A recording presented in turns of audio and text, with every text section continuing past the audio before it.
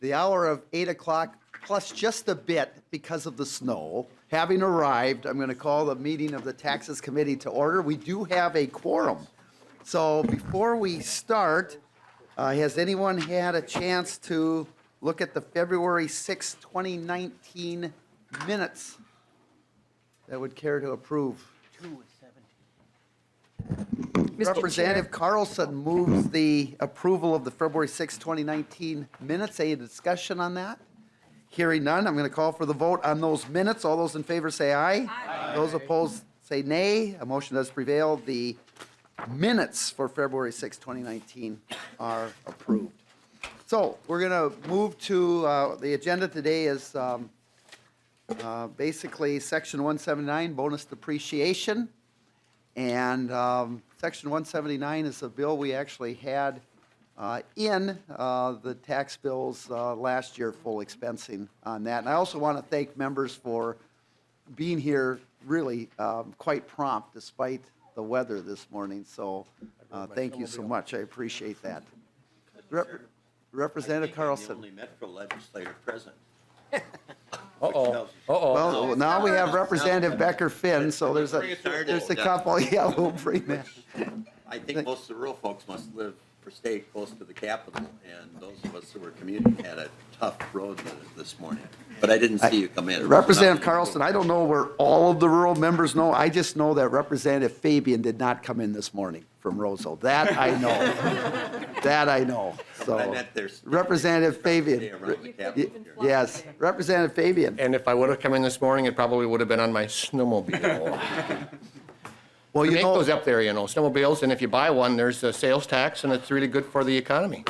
I got two. you know, it was Joe Roulette up in the Pebinant area when he's the one who saved the Capitol from being moved from St. Paul to St. Peter. He stole the bill, and he would come in town on his sled and everything like that. It was actually in North Dakota at the time, but it was kind of the territory and so forth. And Representative Carlson. I had a call from the legislative librarian last week, and her question was if I had actually snowmobiled a number of years ago to the Capitol. And I said, that's a myth. I arrived in a snowmobile suit. What happened was we had a bad snowstorm. In fact, they didn't even get a quorum in the end for the House. But I called my neighboring House member, and I asked if she had been plowed out yet. And she had. I hadn't. And there was no way I could even get to the main street other than by walking. So she said, I'm leaving right now. If you can get down to 35th and Winnetka, I'll pick you up. So I put my shovel down because I was shoveling the driveway, but down to 35th and Winnetka, and I get to the Capitol just in time to punch in. And at any rate, the myth developed that I had snowmobiled to the Capitol. And so she gave me a call last week and wanted to know if that was a true story. Right.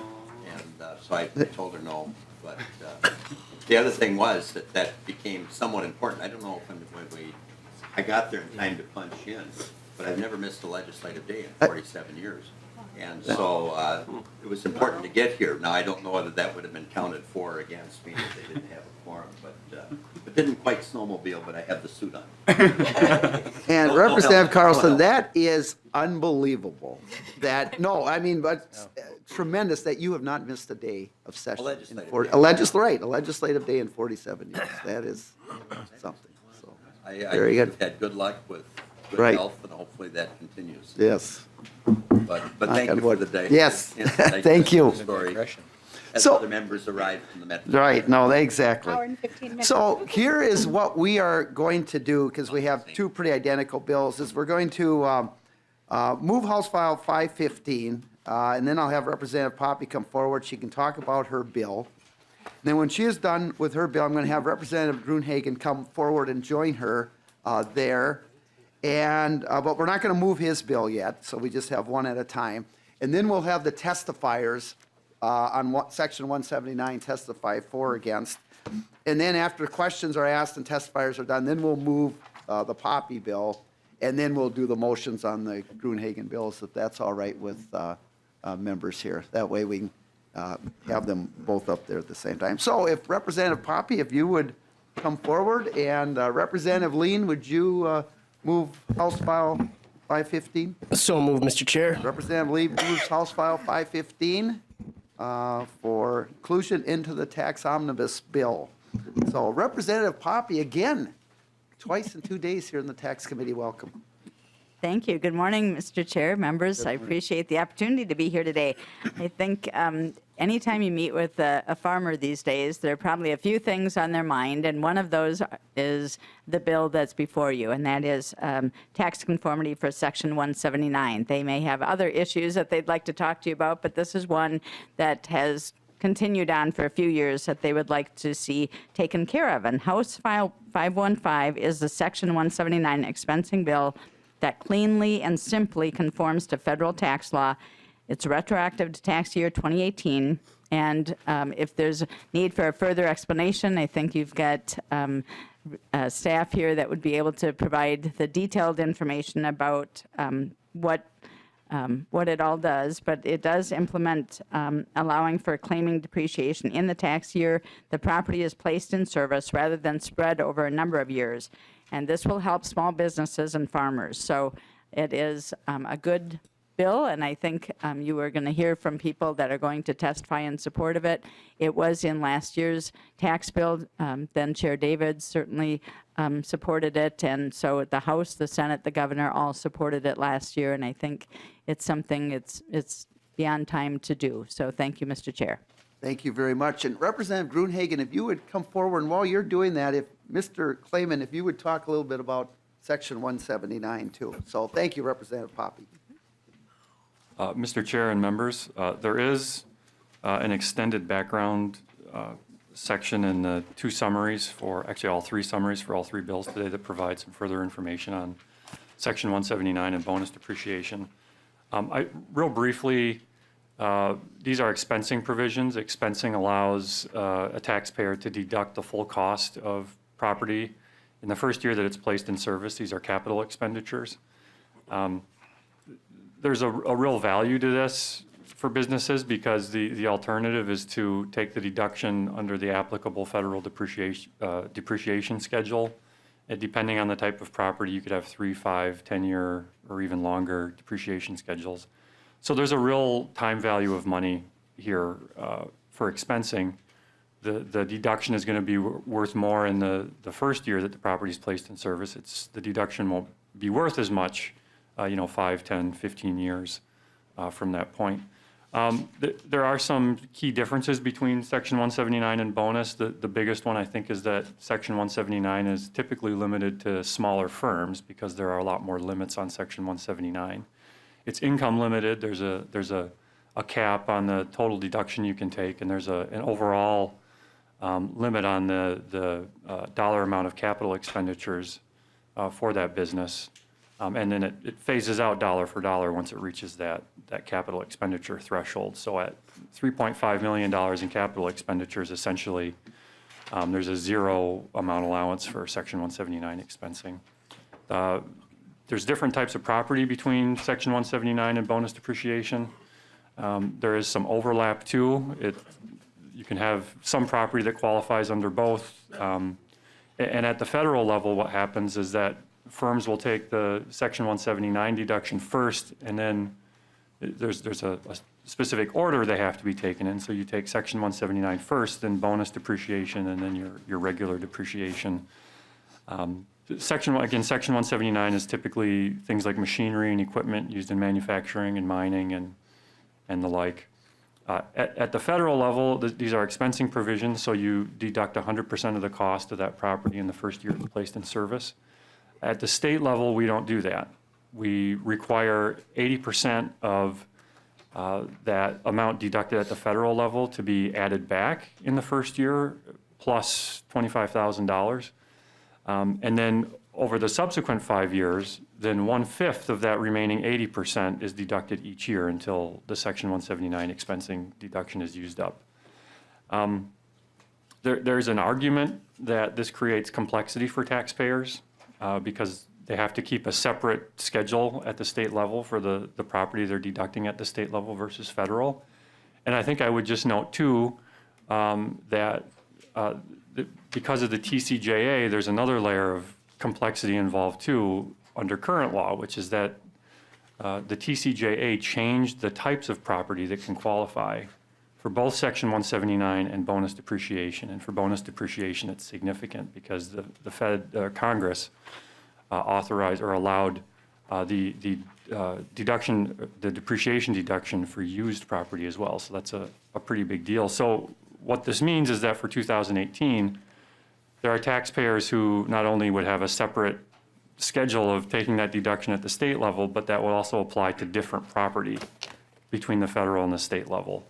Both of the Section 179 bills and the bonus depreciation bill today would do what we're calling full retroactive conformity to Section 179, which would conform us both to the updated definitions and at the federal level for the types of qualifying property that can take these deductions, and would also eliminate that 80% add back plus the 5-year recovery period at the state level. And so, Mr. Chair, I think that's all I have but I certainly answer more questions. Very good. Thank you, Mr. Clayman. And Representative Gruenhagen, anything that you'd like to add? I know when we get to your bill, you've got an author's amendment, and we'll add that on at the time, but any comments, Representative? No, he seems a lot smarter than I am. That's all I have to say. Very good. So at this time, if there is testimony here, and Representative Poppe or Gruenhagen, you have some testifiers here. So if Yes, we you come do. forward. Thank you, Mr. Chair. I think we've got a couple of people that will come forward.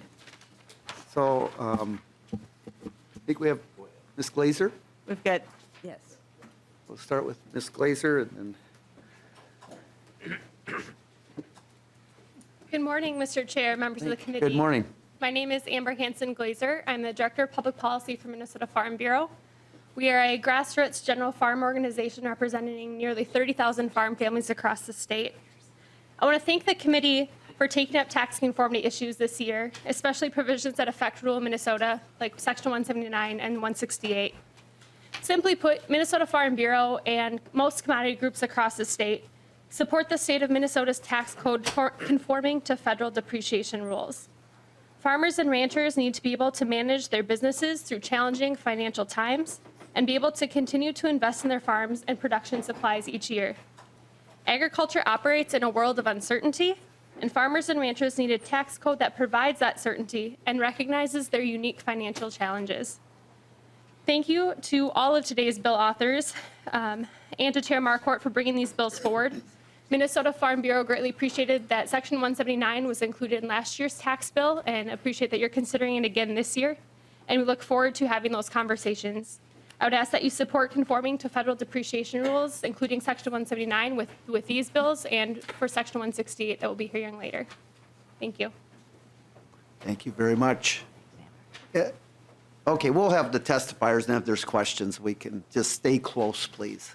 So, good morning. If you would identify yourself and please Good morning. proceed. Thank you. Gary Wordish, President of the Minnesota Farmers Union, and thank you, Chairman and the members for being here. And I do have to say, I was impressed that we had a quorum coming here early, because I was here about 7:30, and there was only a couple people in the room, but at 8, before 8, you were here, so I got to commend you for that. Just like talked to my wife this morning, she went out to do the chores before the snow, before she could still see the barn, so that was good. You guys got here so you could still see, so thank you for being here. But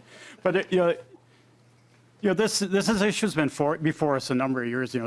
We haven't conformed to the federal tax code for a long time in Section 179, and now with the recent tax bill that's passed at federal level, I'm glad you're bringing this forward. It provides especially on the farm community, it gives them some options. Whether they right now we have enough stress in the farm community just trying to hang on, and this gives you another tool. If the full deduction of a 179 is a beneficial to them, they can take it, and if not, they can still spread it out. So we very much appreciate you bringing this forward, and Farmers Union, we've pretty much everybody in the all the ag groups, corn, beans, soybeans, wheat, pretty much everybody in the ag group ag community does support this. It's just getting at the complexity out of your research person, Christopher. I read a lot of your stuff last night, and you did a good job of explaining it. So really just thank you for the process. No need to ramble on anymore with, the ag community is very much in support and support you working through on this process as you come up with a final solution. But we would support all three bills, even though the 518 is not formally in front of us, but Farmers Union, we support all three bills and support the process moving forward. Thank you very much, Mr. Wordish. Thank you. Ms. Kadutin.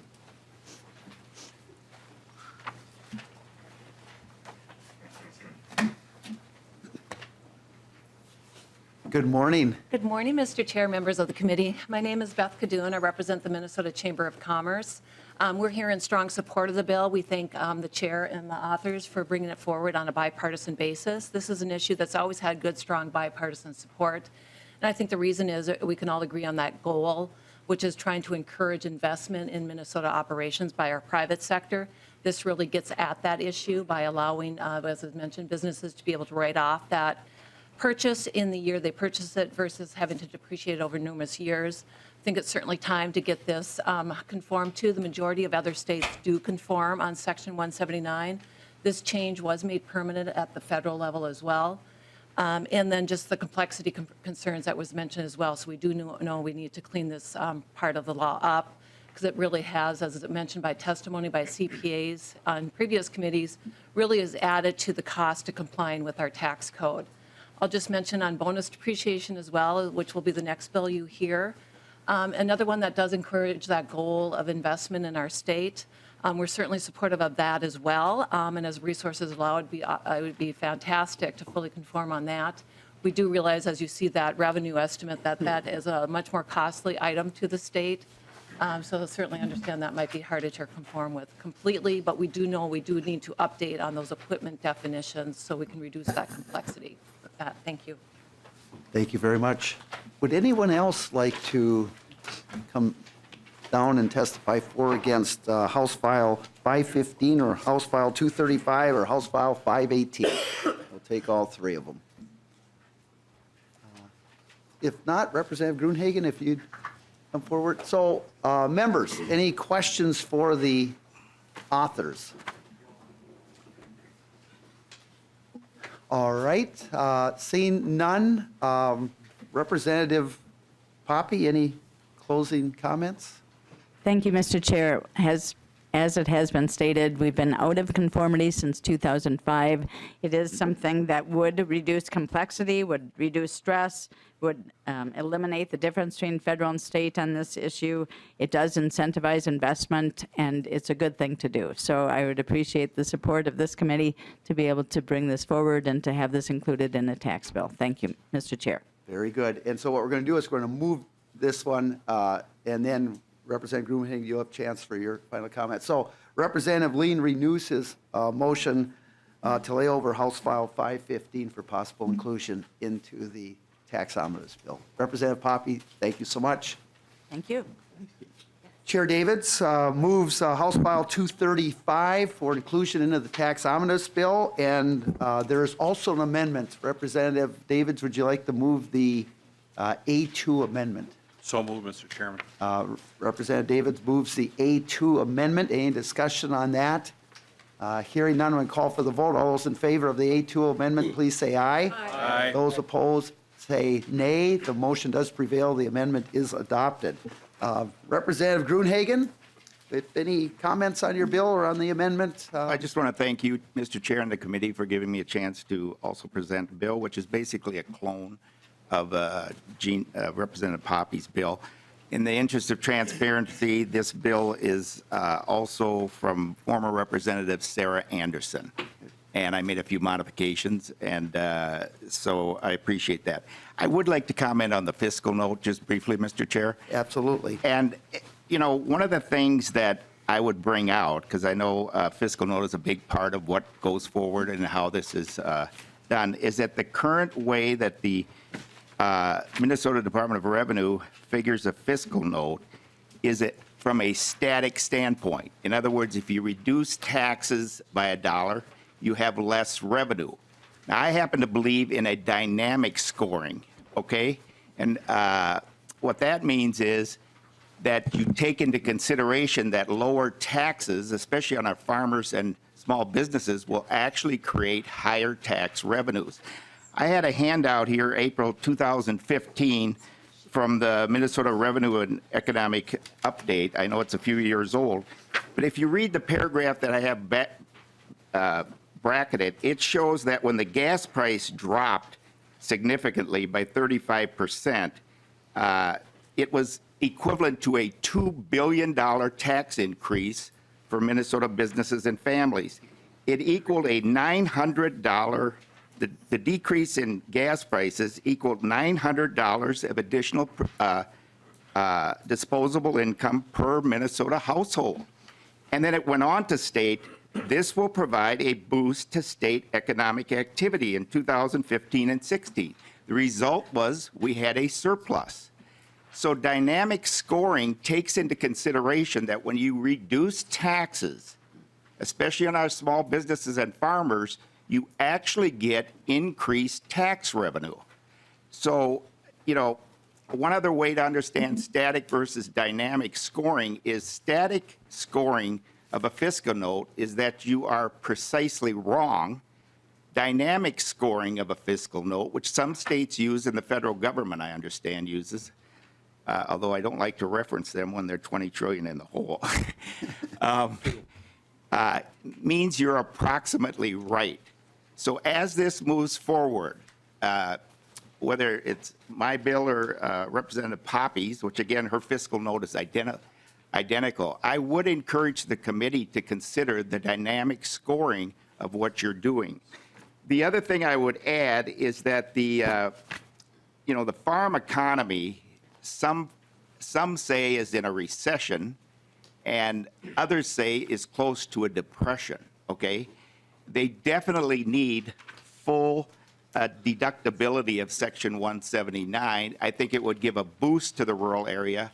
All the prices are down, their expenses are up. I own an independent insurance agency. I have a lot of farm clients, and farmers tend to once in a while look at the half-empty glass of water, but I've never heard it for a long time. This is probably the most depressing situation I've seen in the farm economy and also with our implement dealers. So, Mr. Chair and members, take that into consideration and think carefully about dynamic versus static scoring. Just because it's scored statically doesn't mean you can't take into consideration dynamic fiscal note. Thank you, Mr. Chair and members. Thank you, Representative Gruenhagen. Representative Fabian. Well, Glenn, in your comment, you first said that it was a $2.5 billion tax increase, I think you said. Well, no, decrease. I understand that. So and you corrected it a couple of times during your monologue, but just wanted to get that on the record. Thank you very much. Representative Davids. Thank you, Mr. Chair, and I'd also like to put on the record, Representative Gruenhagen said that his was a clone of Representative Poppe's bill. I'm not sure how you clone a bill that wasn't even there. Representative Gruenhagen's House file is 235, Poppe's is 515. So just for the record, that's not a clone. Very good. Representative Lesh. Thank you, Mr. Chair and Representative Gruenhagen.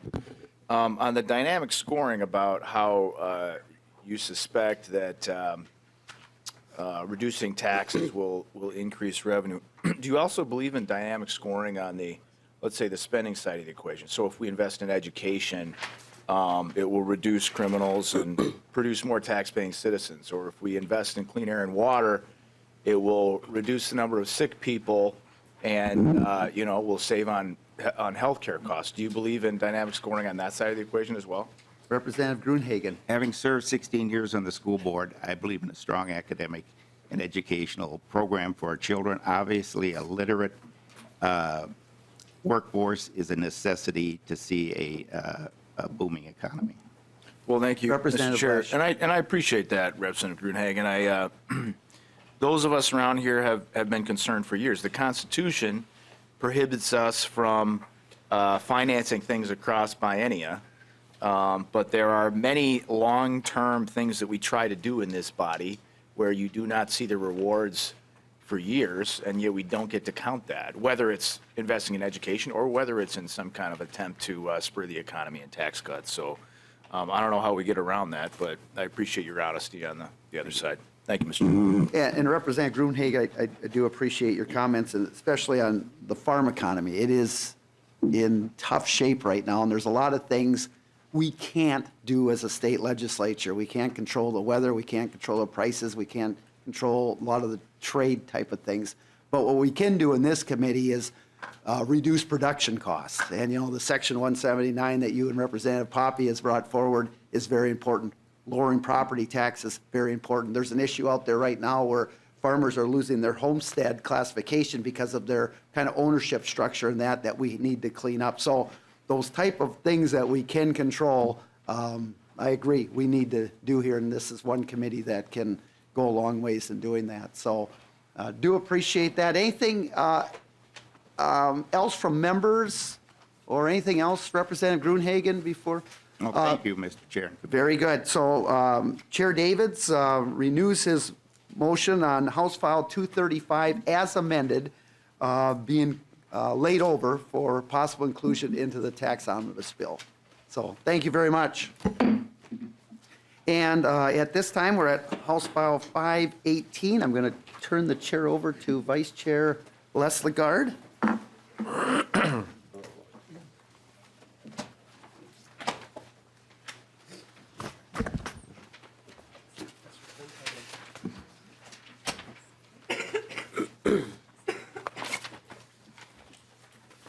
So welcome, Chair Marquart. We have 518 before us. Would you want to move that? I would. Mr. Chair, I move House File 515 for possible, 518. it is, 518. For possible inclusion into the tax omnibus bill. Okay. Thank you Proceed, very please. much. Well, you've heard, Mr. Clayman, I think, has talked about these, and you heard earlier with 179. Bonus depreciation is really the big brother, maybe to Section 179, in that there's probably two really major changes, is that there's no dollar limit on the deduction. And the one thing about bonus depreciation as opposed to Section 179 is that it's temporary and not permanent as for this. So under current law federally, you can deduct 50% of those of that property once it's put into service. And Minnesota, we never conform. What we would do is you'd have to add back 80% of whatever was the federal deduction and then recover it over 5 years. And so with the Tax Cut and Jobs Act, what the federal government did is that they made it 100% deduction for the bonus depreciate. Went to 100%, but they made it temporary. So in 2023, it begins to phase out at 20% a year until it is completely gone by 2027 on the bonus depreciation. And it impacts any property that's put into use after September 26, 2017. So what this bill would do would be totally conform to the federal bill, which means Minnesota would also then take the 100% deduction in that first year. Now, as you saw, there was a huge cost to that. It's like $700 million into this biennium. Now, there's things you can do differently. I mean, you could say, I want to add back 75% and recover that over 3 years. Or you could say, I want to add back 60% and recover that over 2 years. There's different things you could do. And just some rough estimates we received, if you were to do a 75% add back with a 3-year recovery, it'd be about $90 million in this biennium. And if you were to do, let's say, a 60% add back and then recover it after 2 years, that'd be about $286 million over the 2 years. So that's what this does. It certainly the Section 179 was something that was in Chair David's bill, in the Senate bill, in the governor's proposals, and in the final bill that was vetoed, and certainly something we need to do. Bonus depreciation is a little bigger lift, if you will, but you know there might be some possibilities depending on how you did that. The reason I brought this bill forward is just kind of give you an idea of just kind of the magnitude that's involved if you were to fully conform to bonus depreciation. So With that, Mr. Chair, I'm open for questions or comments. Questions, comments from members? Seeing none, is there anyone from the audience?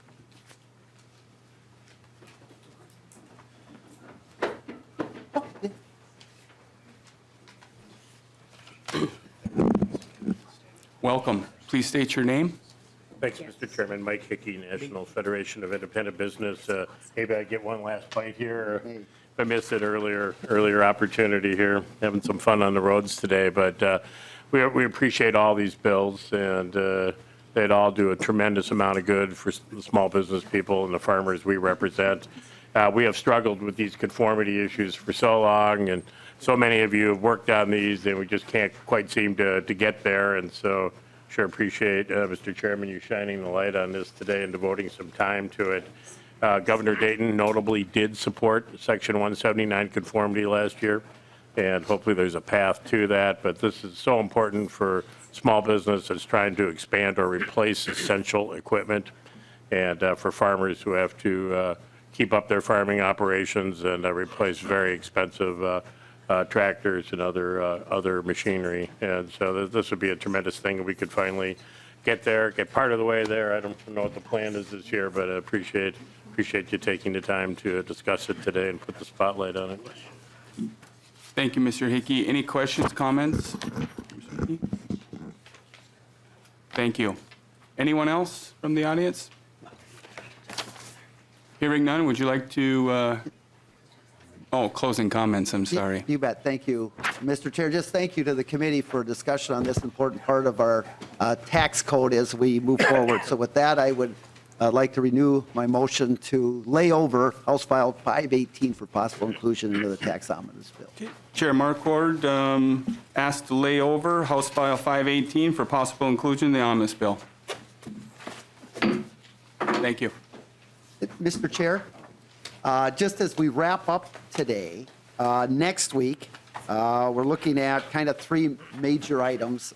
So on Tuesday, we're going to have more sales tax bills. They're always back for another performance. Then on Wednesday, we're going to have some bills on standard deduction increase and rate cuts, kind of individual tax relief.